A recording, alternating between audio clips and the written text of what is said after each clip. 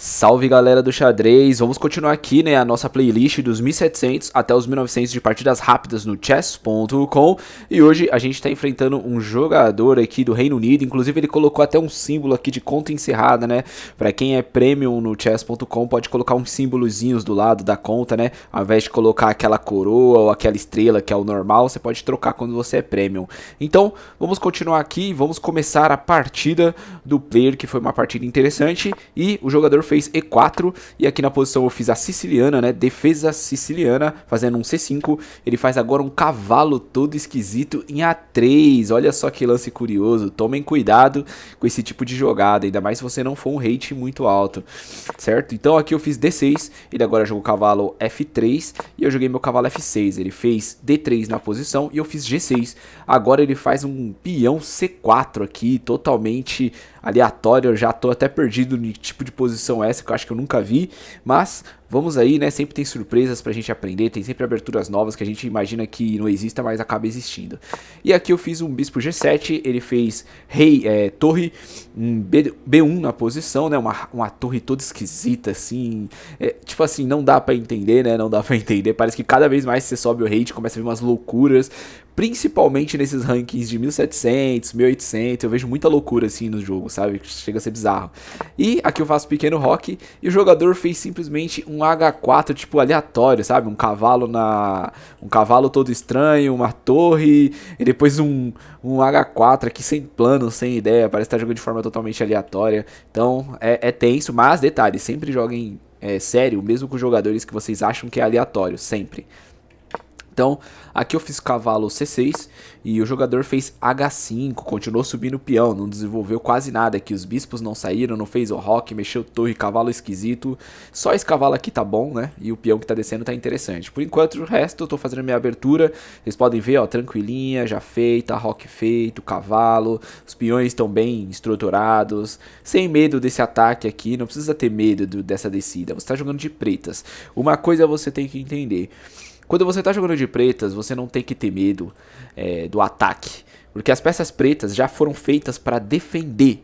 Se fosse para as pretas atacar, não seria defesa siciliana, defesa ninzo-índia, defesa índia do rei, não. Seria abertura siciliana, entendeu o que eu quis dizer? Então, vocês já estão jogando para defender, vocês estão com as peças negras. Então, vocês vão pro ataque com as peças negras quando vocês verem algum erro do adversário, que ele tá vacilando, aí você parte pra cima, entende? Então não se preocupa, o jogo é defensivo com as peças negras, por isso que eu amo fazer bispo G7, que eu acho o fianqueto desse bispo aqui muito defensivo e muito forte. Tem gente que não gosta, eu amo esse fianqueto, que é muito defensivo, e é muito difícil quebrar essa estrutura. Bom, aqui eu fiz um A6 na posição, o jogador tomou meu peão de G6 e eu tomei com meu peão de F, né? Aqui ele joga cavalo em G5, né? Totalmente esquisito de novo, né? E eu simplesmente faço o meu E5 aqui para o quê? Fechar o centro, já que minha ala do rei já está aberto, eu preferi logo fechar o centro, né? Definir o centro logo de uma vez, por minha vontade, e simplesmente abrir minha coluna. Para mim fica até bom, né? Possíveis ataques com a minha dama entrando em F6, né? É um ataque muito forte e um ponto fraco do jogo dele, né, que é o ponto de F2. Então sempre fiquem alerta no meio jogo com pontos fracos na defesa adversária. Por exemplo, esse peão é um ponto fraco, esse cavalo pode se tornar um ponto fraco, esse ponto é um ponto fraco, né, quando um cavalo pular para cá, entende?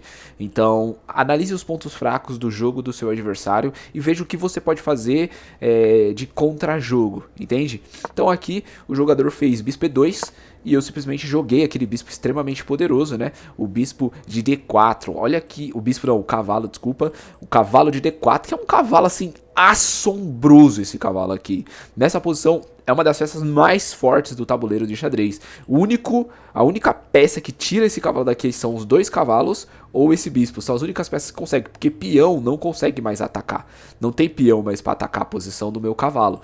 Então, se eu conseguisse trocar os dois bispos pelos dois cavalos e o meu outro cavalo por esse bispo aqui dele, esse cavalo aqui se tornaria imperador da partida. Talvez ele teria a mesma força que as duas torres, hein? Não é nem que uma torre, hein? É as duas torres. Posso estar falando besteira? Posso, mas eu sinto isso. Eu sinto que esse cavalo teria mais força que as duas torres, caso chegasse nessa situação aí, né? Mas beleza. Aqui o jogador simplesmente fez um lance extremamente agressivo. Ele jogou Bispo H5. Isso aqui, cara, para um jogador de rating mais baixo, 1600, 1500, 1400, 1300, é extremamente assustador a tomada do Bispo aqui, certo? Cavalo, dama, que pode chegar numa posição futura aqui, lógico que agora não dá por causa do cavalo, mas são coisas que faz o jogador de um nível um pouco mais baixo ficar assustado e pensar, fala, pô, esse Bispo aqui, sei não sei, vai abrir meu rock, vou tomar muito ataque. Isso pode assustar. Mas o meu conselho aqui é, nesse momento, você parar. Você tá vendo? Eu tô no relógio com 7 minutos e 12 segundos. Eu levei exato, quase que tipo assim, uns 15 segundos pra fazer o lance. Eu levei. Porque eu tenho um cálculo muito mais rápido, eu consigo calcular muito rápido aqui nessa posição, entende? Eu já tenho a ideia plena de que aqui capturar ali tá tranquilo pra mim. Mas se você é um jogador que tem, 1600, 1400, 1500, que ainda não consegue ter esse cálculo rápido, essa noção rápida, pensa um pouco, entende? Pensa um pouquinho, gasta 2 minutinhos, veja as posições ali, vê se vai dar bom. E se você tá vendo que é seguro você tomar a peça, você toma. No meu caso aqui, por experiência de jogo, por tempo de jogo, ali, esse sacrifício esquisito que ele fez, eu já tenho total noção que eu consigo defender essa posição, entendeu? Então fui lá sem pensar muito e clau com o cavalo. E detalhe, eu não fui com o peão. Por que eu não fui com o peão? Porque eu sabia, ó só, experiência de jogar muito a siciliana e ter aquele ataque inglês, né? O ataque inglês que geralmente os caras dão um jeito de sacrificar a torre aqui pelo cavalo. Eu já fiz, ó só, a visão. Eu já fiz com a intenção de capturar com o cavalo. Por quê? Porque eu queria que ele sacrificasse aqui, ó. Entende? Esse sacrifício aqui da torre, no meu cavalo, foi intencional. Entende? Porque eu sei que ele tá perdendo um bispo, certo? E ainda tá sacrificando uma torre, tá sacrificando muito material, entende? E é óbvio que isso é ruim.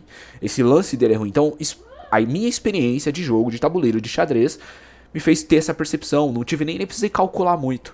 É questão de experiência de jogo, partidas, quantidades e tudo mais.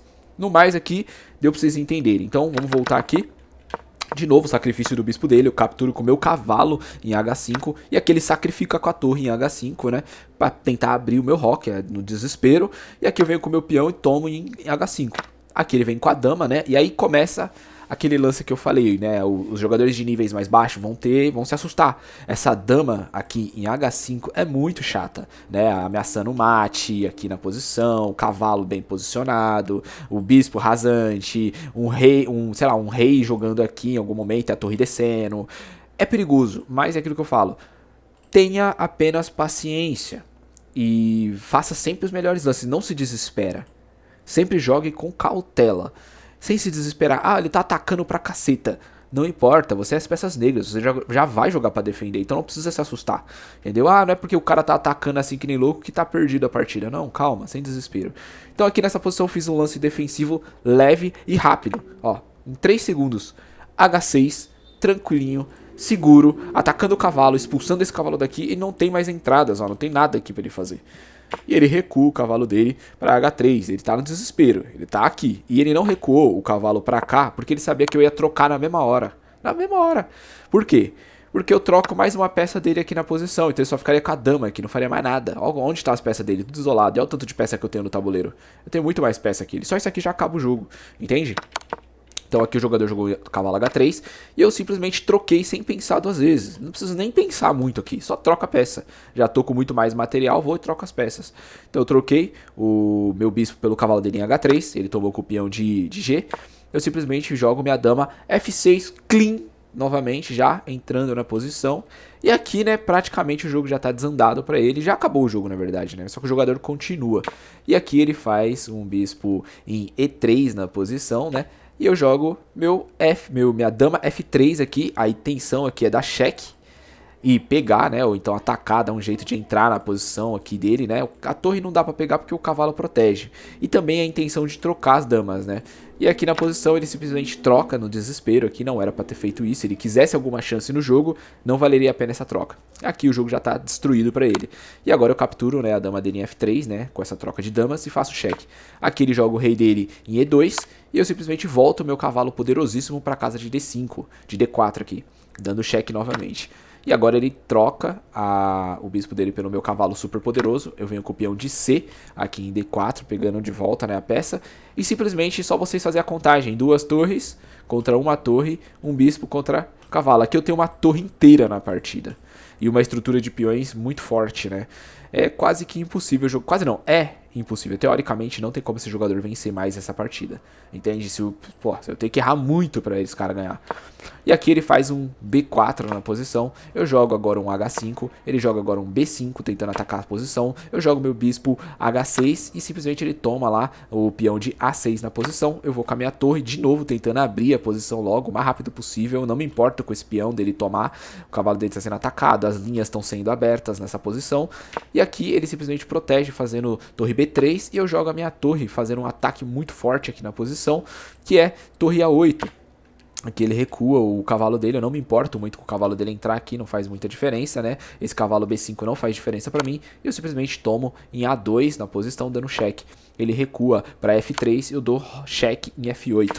E aqui minhas torres começam a fazer aquela fileira, torre na sétima, poder absoluto, torre F2, capturando o peão dele, jogando ainda mais, encurralando ainda mais, e ele simplesmente toma, né, meu peão de D6 aqui com o cavalo, ameaçando já as tomadas aqui, né, do peão de B7, e aqui eu dou cheque em F3, jogando o rei dele mais pro canto ainda. Então o rei dele foi para H4, eu dou outro cheque aqui na posição em F4, ele captura o meu peão de H5 e agora eu joguei o meu bispo ameaçando o cavalo dele aqui na posição. Checkmate já está vindo, esse bispo em F8 prova isso, ele recua pegando meu peão de B7 e aqui eu simplesmente faço uma torre G2, basicão, fechando ainda mais o rei dele totalmente encurralado.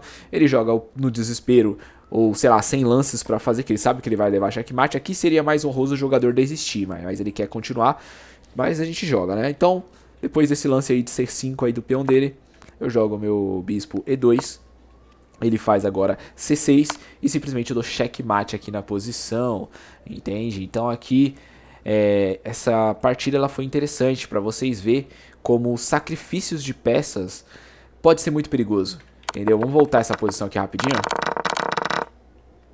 Esse lance aqui tá equilibrado ainda a partida. Esse lance ele desequilibra totalmente. Ele perde a partida só com esse lance, praticamente. Então, tomem cuidado. Se você for um jogador igual do jogador de brancas aí, sempre analise o que você vai fazer. Se vale a pena de verdade, certo? Espero que você tenha gostado desse vídeo, que tenha te ajudado de alguma forma, né? Então vamos agora para a próxima partida. Agradeço a você que está acompanhando. E é isso aí, tamo junto. Se inscreva aí no canal e dá aquele like para fortalecer.